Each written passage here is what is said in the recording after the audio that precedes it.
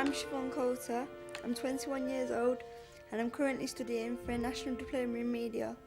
Hi, my name is Aleem. I work in South Leicestershire College as a volunteer. I've been working within the Student Liaison Office. My name is Jan and I work as a project manager.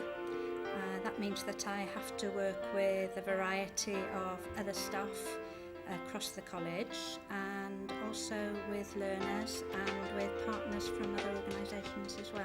Hello, I'm Kyle Nuttall and I guess I could say that I have Asperger's syndrome. It's a mental disability, and particularly in the social area. It makes trying new things, talking to new people very difficult, but it can be overcome because I'm nowhere near as bad as I used to be. I'm Kate and I've got hearing loss. I work at South Leicestershire College as part of V-Talent, like a year programme volunteering, and there's about 10 of us and we all work in different areas of learning support. I'm Brendan Grimley and I'm one of the learning coaches here at South Leicestershire College.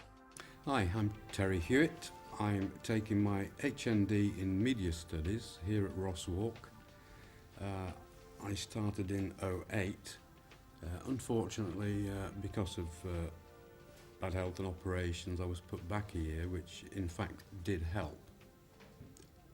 Normally, I wouldn't have had any problems, but I've had bypasses from the aorta, spine and joint problems, heart attack, diabetes, and the last thing was a stroke, and it was the stroke which unfortunately did more damage. It caused a bit of a memory effect and loss, and I was struggling trying to cope, and the diabetes and the stroke affected my eyesight, of course, and I was struggling trying to type because of wrist problems and also looking at a screen for any length of time. And thankfully, and I'm eternally grateful, I was given a learning coach to assist with that, dear Brendan, and I got on a lot better because of that help. It was getting very frustrating. Well, our main job is to help out with students with learning disabilities or physical disabilities, and most of the time would be one-to-one with a specific student if they needed personal help. It's enabled me to sort of carry on and get a considerable number of modules done. He types for me, bless him, of course, and helps me with the memory thing. And so far, I'm beginning to catch up.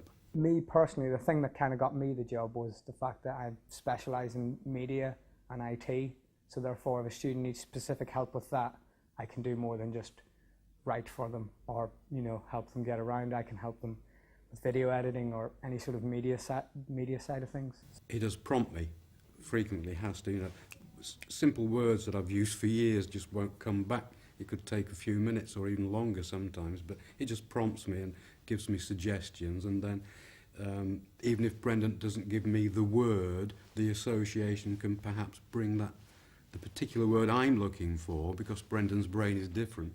With Terry it was a bit different from other students because Terry had some very specific problems, but with Terry it was mainly about keeping him on track, keeping him on target with doing the work, and sometimes keeping him in the mindset that he can actually do it, and especially keeping him in the mindset of that it was him doing it and that I was only helping him.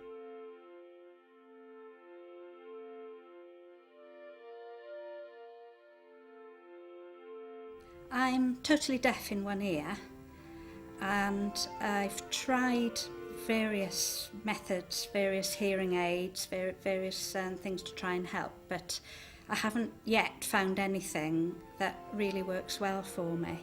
I've adjusted and just grown a bit more social, I suppose, because I've slowly just been working my way up to the course I'd originally intended to go to. Of course, I did get support along the way, which was a big help in the beginning.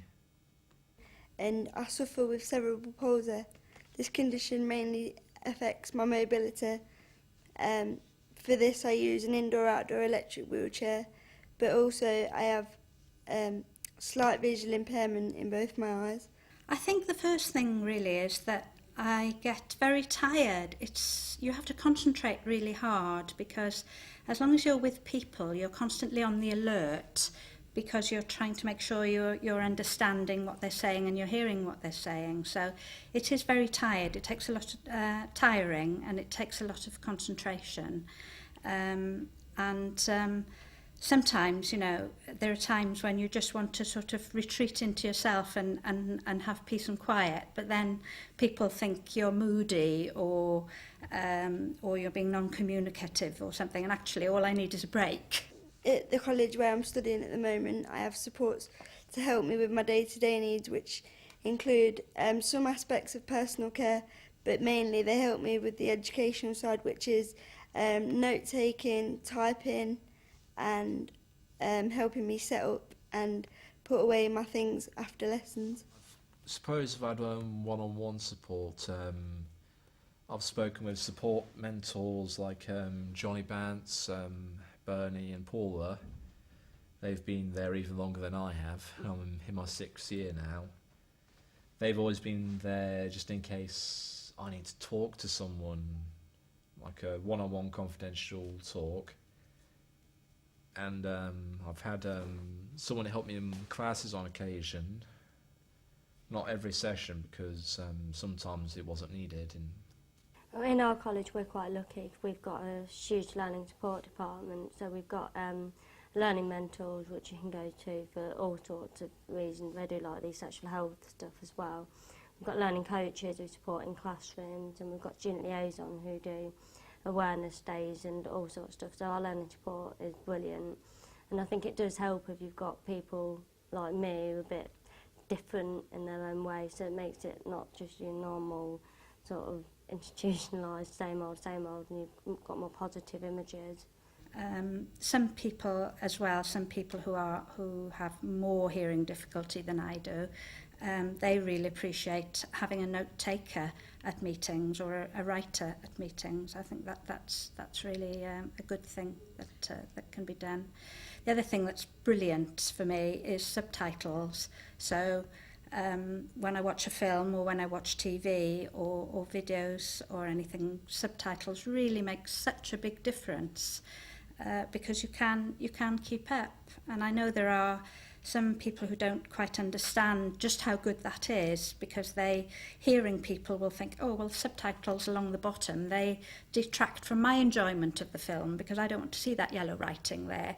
But actually, as someone who doesn't hear well, without that yellow writing, you can't participate, you can't be included, you can't join in. It's not just about enjoyment, it's about actually being included.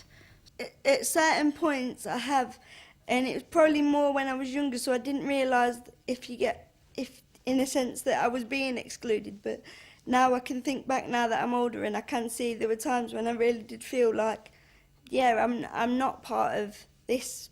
It might have been an exercise or an activity where I just felt like I couldn't take part, maybe because I was doing it with able-bodied children who were able to run faster than me and move faster than me and able to do things that I just wasn't able to do.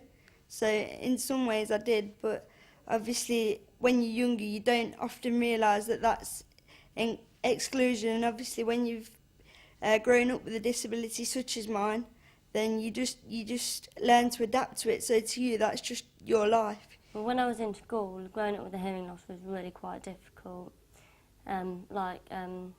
Teachers always seemed to want to put me at the front of the classroom, which was the last thing I needed, because I felt like I was basically a massive sign saying, yeah, that girl there, she can't hear very well. And so it was actually easier to be placed at the back of the classroom where I could see everything and I could hear a lot better that way. Well, I suppose a more hand-on approach would be more appropriate for my style of learning. If a tutor just says, go out and do this, I will get stuck because I'll have no idea what I'm supposed to be doing, how I'm supposed to be doing it. Gentle nudges along the way are a big help, just saying, you can solve this problem by doing this, etc., etc. That's more a style that is really appropriate for me, because I do tend to get lost along the way if I don't have the occasional advice, but I suppose a lot of people are like that as well. I don't need as much support as other dyslexics may need, but if they could go to dyslexia support for a 1 hour session, it could help them to improve their English or to improve the spellings or vocabulary. When I go to meetings, smaller groups and furniture placed so that you can be in a more intimate setting always make a difference to me. Big meetings in rooms with high ceilings are an absolute nightmare, but then I rely on really good meeting notes and agendas as well. That's something that's really important. If you've got an agenda for a meeting, then because sometimes it's hard to keep up with everything. If you have got that agenda as a note in front of you, it does help with keeping up with things, really. What works for me is mainly the fact that I've got somebody there to help me with the physical side of the lesson, which means I can concentrate on obviously taking in what I need to academically, which means that I can get the best grades possible for my assignments, but it also enables me to sort of forget about the physical side of my disability and just be part of the group, which helps on a social level as well, which helps me feel like the fact that my disability is less of an issue, because I can just be part of a normal peer group and be part of the group just as a member of the group, regardless of any physical limitations that I might have. And without that, I think I'd probably feel quite self-conscious and a little bit, I think I'd give less, because I'd be more aware of myself and what I couldn't do, rather than being able to focus on what I could do to be part of the group and be a successful member of the group. My advice to institutions would be, I'm all for having like raising awareness and stuff, but I don't think it should be made too much of a fuss of, because if you've got like one person who has got a hearing loss and they're self-conscious of it, they don't want to feel that everyone knows, and everyone thinks, oh right, yeah, here comes a person who can't hear very well, like do this and this. So I think you shouldn't make too much of a big fuss about it. But you have to build a rapport, and that's the first step. You know, you can have all the documentation, you have all the profiles, statements, and all the different stuff, and you can read it till the cows come home, but it doesn't make a difference until you're with that person on a one-to-one basis or working with that group of people, and you get to know them. And ask is the key, you know, and all the learners that I've worked with in my time, you know, have always said, never be afraid to ask. You know, it's the number one thing. Nobody's going to be offended if you say to them, how can I help you best? And it's not a loss of faith either. You're not saying, I don't know. You're just saying, what's best for you?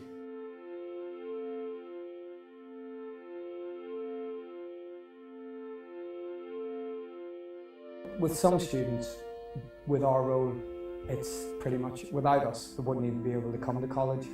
They'd just not be able, there'd be no way without the help. There'd be no way of them actually physically even getting here in the first place or being allowed on the course. So it opens doors for people, I suppose.